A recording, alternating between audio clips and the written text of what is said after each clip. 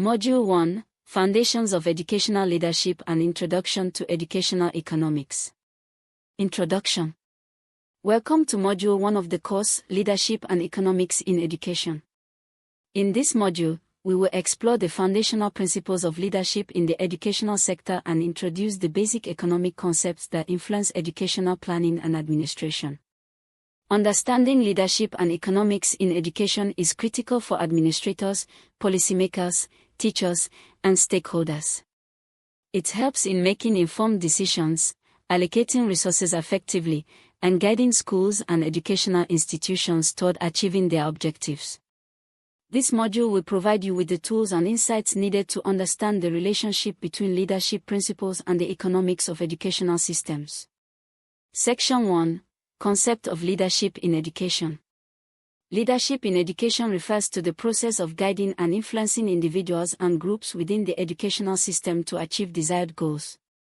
It involves inspiring and empowering teachers, students, administrators, and the community to work toward a shared vision.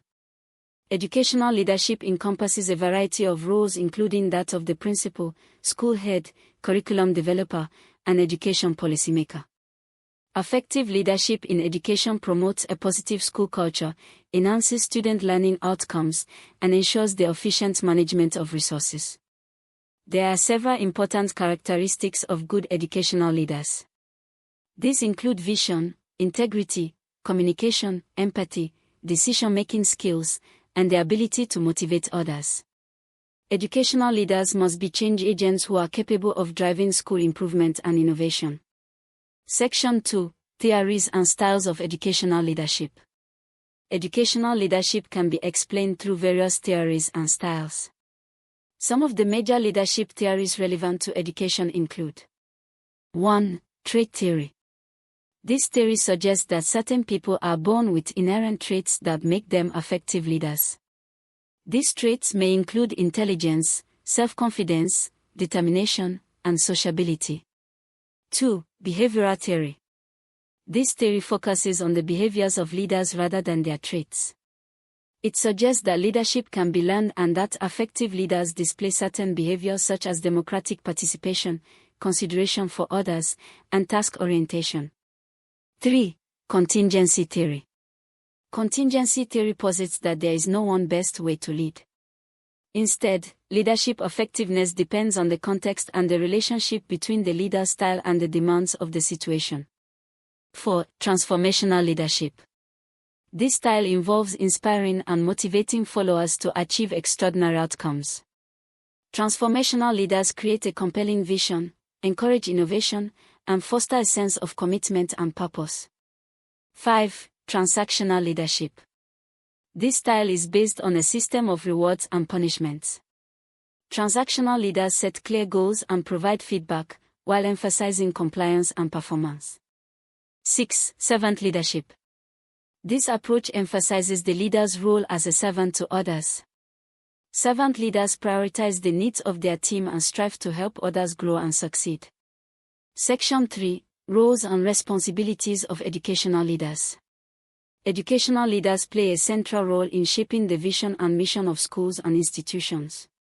Their responsibilities span across several domains, including instructional leadership, supporting teaching and learning by guiding curriculum development, instructional strategies, and assessment practices. Administrative leadership, managing the day-to-day operations of the school, including budgeting, scheduling, and resource allocation. Strategic leadership, setting long-term goals, analyzing data for informed decision-making, and planning for school improvement. Community leadership, engaging with parents, stakeholders, and the broader community to foster partnerships and build trust. Ethical leadership, ensuring fairness, equity, and transparency in school policies and practices. Leaders must also mentor staff, promote professional development, and foster a positive and inclusive school culture.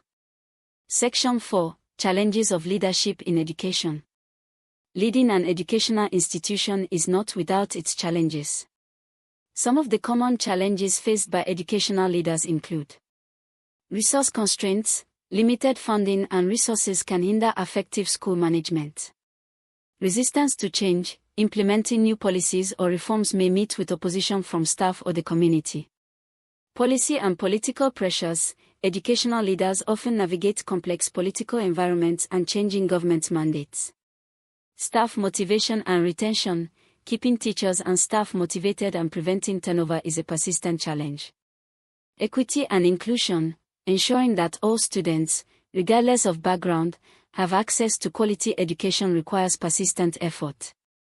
Leaders must be adaptive, resilient, and open to feedback in order to overcome these challenges. Section 5. Leadership development in education. Effective leadership requires continuous growth and development. Educational leaders must engage in lifelong learning to enhance their skills and stay current with best practices. Leadership development can take place through professional development programs, workshops, seminars, and courses designed to improve leadership competencies. Mentorship and coaching, support from experienced leaders who provide guidance and feedback. Action research and reflection, involving oneself in systematic inquiry to improve practices.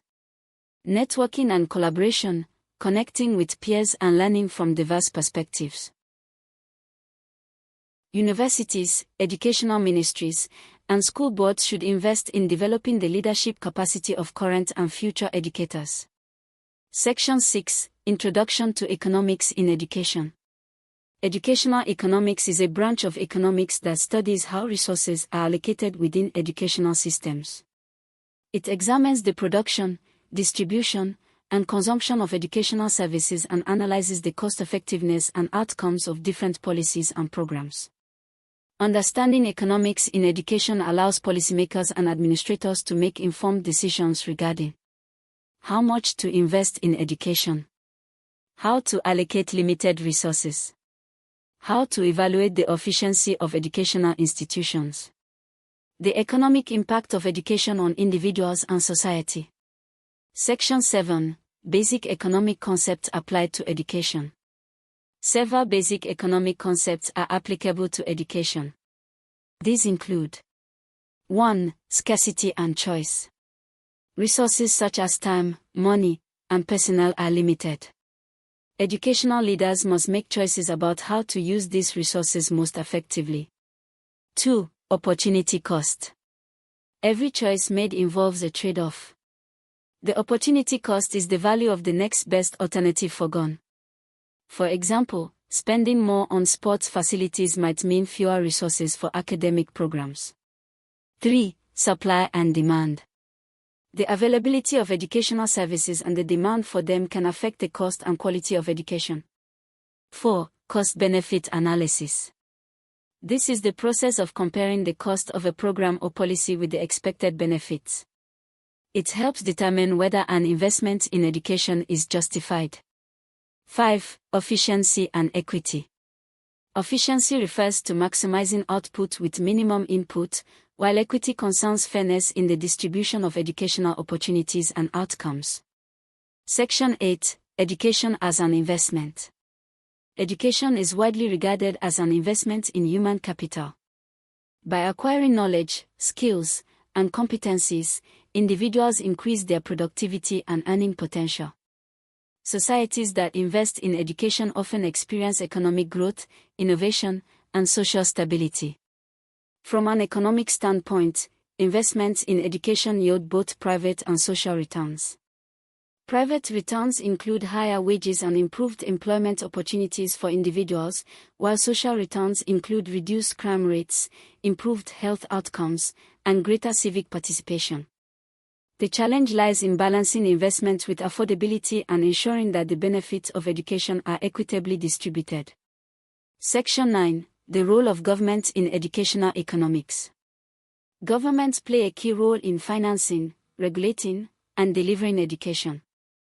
Their responsibilities include setting educational standards and curricula, allocating budgets to schools and institutions, providing subsidies and scholarships to students, regulating private education providers, promoting access and inclusion.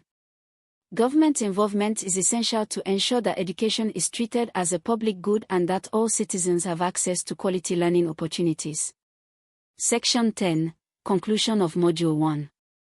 In summary, this module has introduced the foundational concept of leadership in education and the basic principles of educational economics. We have explored the roles, theories, and responsibilities of educational leaders, as well as the economic rationale behind investing in education. Understanding these concepts is crucial for anyone involved in educational management, policy, or reform. Effective leadership, informed by economic principles, can help create more equitable, efficient, and impactful educational systems. In Module 2, we will delve deeper into specific economic policies in education, resource allocation strategies, financial planning, budgeting in schools, and the economic challenges facing educational systems, particularly in developing countries.